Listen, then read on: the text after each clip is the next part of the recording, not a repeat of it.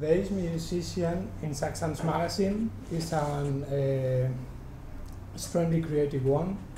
He's a tenor saxophone player, composer, arranger, with many records as a leader and over 300 compositions, some of them times standards. He's a jazz innovator who has been devoted to music for over 60 years. Good morning, Mr. Benny Golson. Good morning, good morning. Thank you very much for giving us this interview. Oh, it's great. I'm looking forward to it. Have some questions to ask you. Do you remember the first time you had a saxophone in your hands? Yes, oh yes. I was 14 years old. Before that, I was a piano student. At 9 years old, I started taking piano lessons, and I loved the piano. But at 14, I heard Arnett Cobb play with Lionel Hampton. He played Flying Home, and the piano said, saxophone. Yeah. What did your parents mean in your musical career? What did they mean? Yes, what was, did they support you? Oh yes, oh yes. My mother, she used to sing, but not professional. So when I wanted the saxophones, she was a little disappointed because she thought I was going to play the piano and play the organ in church, spiritual, religious songs. She said, but jazz musicians, they all take dope. They're dope addicts. I said, no, no, no, no. Just the music. Says, well, okay. I got the saxophone. We read that she gave you as a present a very nice saxophone when you were 14. New, yeah, new. Fantastic. Fantastic. You grew out of university and started working with Tiny Grimes. That was later, yeah, I started. Yeah, Tiny Grimes.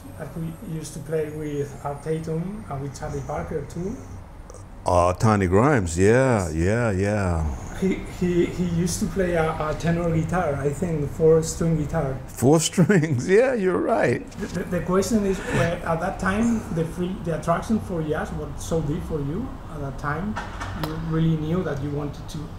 Yeah, but when I joined Tiny Grimes, he was not playing the music he played with Art Tatum. It was more commercial, more rhythm and blues. And the piano player was Ray Bryant. Ray Bryant got me the job. He told Tiny Grimes, oh, I know a good saxophone player, Benny Golson. Tiny Grimes and his rocking Highlanders, like people from Scotland with the short skirts. That's what we wore. I played with the short skirt. Yeah. Was a rhythm and blues band? Well, rhythm and blues, yeah. Not so much jazz. Another question, was the sound of Don Byas crucial at the time of choosing the saxophone? Was what? I'm sorry? The sound of Don Byas. Oh, yes. Not in the beginning. In the beginning, I knew nothing.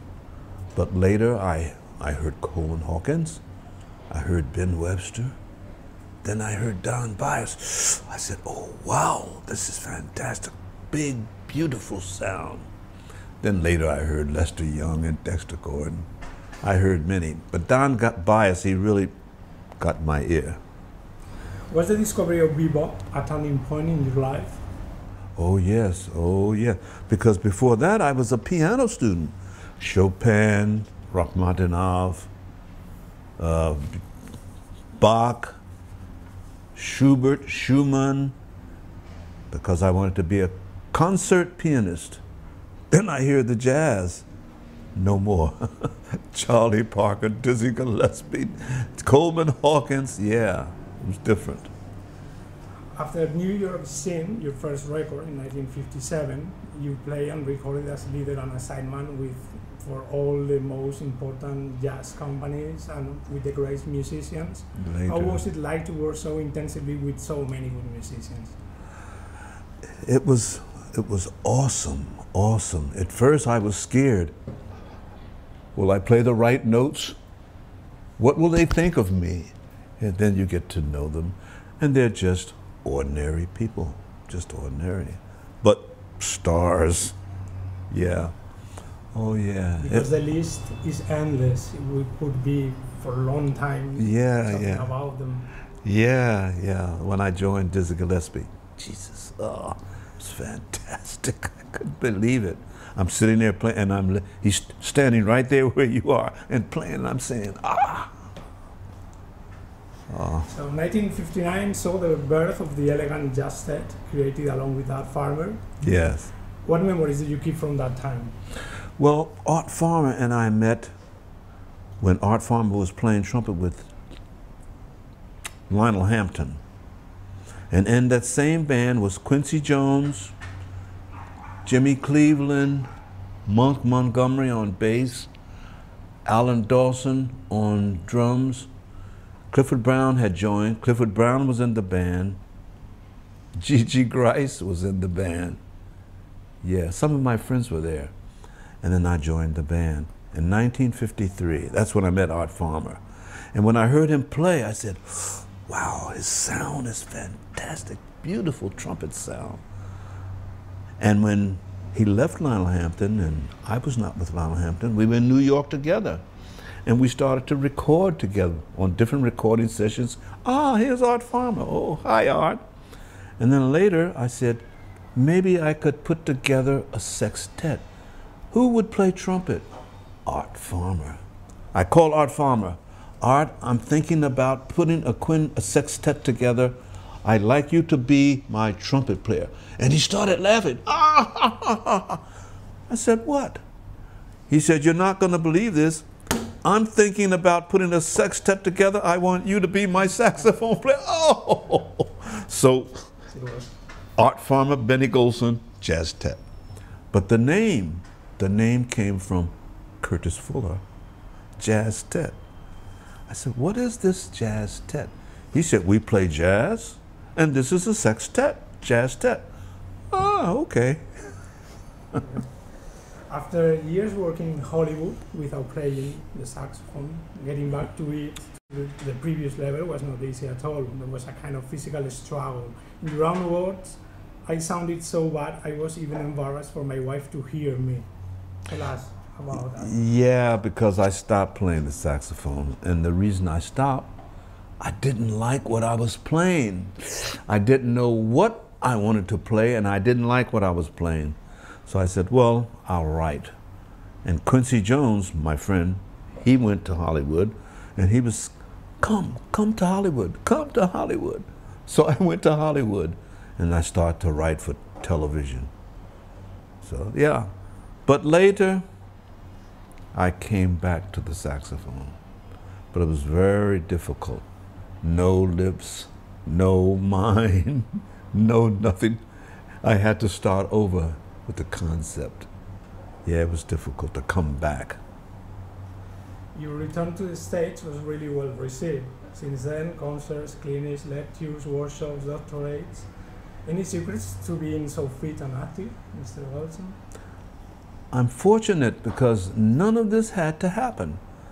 Not everybody had an opportunity like I had, but I had many opportunities. So I was fortunate. Yeah, I was fortunate. I can never think like that because there's so many musicians, fantastic musicians, but they don't get the opportunity, so nobody hears them. They knock on my door. Can you come and play? So I was fortunate, yeah, fortunate. If our viewers had the chance, I think they would do the same that you and Coltrane, approaching Charlie Parker to ask him about his mouthpiece, his reeds, and the make of the saxophone he played. May we ask you the same today? How did you know that? Yeah, that's right, that's right. We read it on the web. Yeah, John and I, we had the records, the 78 records, and we used to sit in my living room and we want to learn. Oh yeah, John and I, we got hired in a local band, 15 musicians. Ah, we felt good. Now we're moving up, yes. They hired John, they hired me. John was playing alto saxophone, I'm playing tenor. So we are now members of Jimmy Johnson and his ambassadors, the big band. So we're playing in the band. But we weren't playing so good. And they told John and they told me, goodbye. Goodbye. But later we got better. Yeah. But every day, yeah, we used to play the records. And, you know, we put it here, said, oh, put it back. What did he play there? Oh, put it back. Ah, yes, wait a minute, what did he play in the bridge? You transcribe it. Yeah, and trying to learn, trying to play with the record. Miles Davis, Charlie Parker, Don Byas, Coleman Hawkins. There is what you are talking now. There is a nice anecdote in your webpage about your mother reassuring you and Coltrane about that. Yeah, we got put out of the band because we weren't so good. And we were standing in the room, my living room, with the record player, and my mother was looking at us, and we were so, you know, oh. And she came and put her arms. She said, don't worry, one day you'll be fantastic. But we didn't believe it. Yeah, my mother always says, come to John and me. Yeah, come. Your compositions have been played by musicians around the world. How and when does inspiration come? And do you have a favorite composition?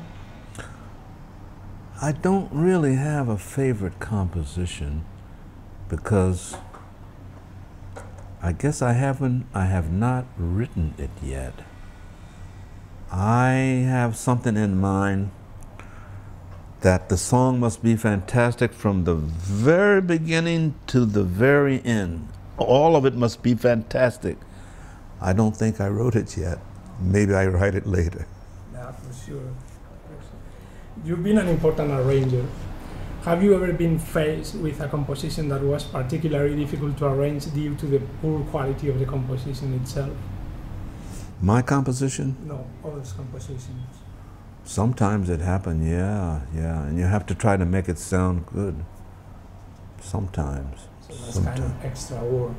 Extra work, yeah. And difficult ones. Because you have to add my things to the other person's thing to make it sound good. Oh yeah. Sometimes, not a lot, but sometimes. You have visited Spain many times. What concert here brings you the best memories? In Spain, I guess it would be Barcelona. Yeah, because I played Madrid. I played other places.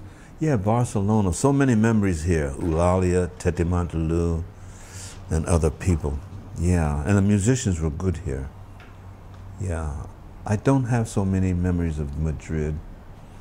And I played in a seacoast town by the water. I can't think of the name there. No, but it would be Barcelona, the big one.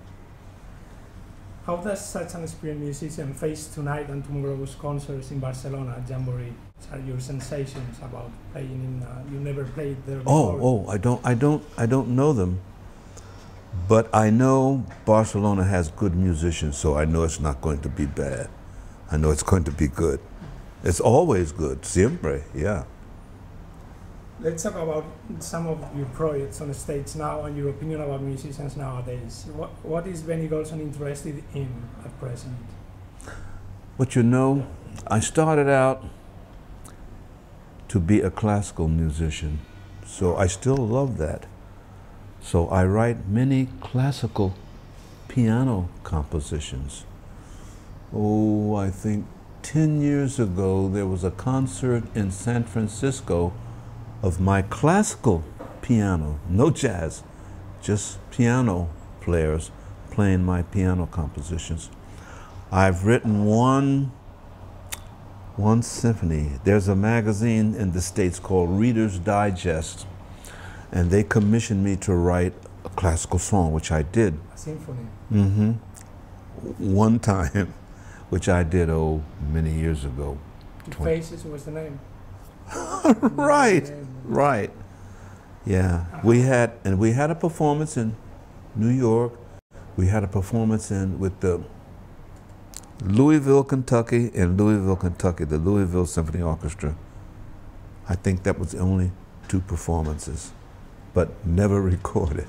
Could you tell us what memories did this record bring to you? Oh my goodness. Yeah, that wasn't my idea.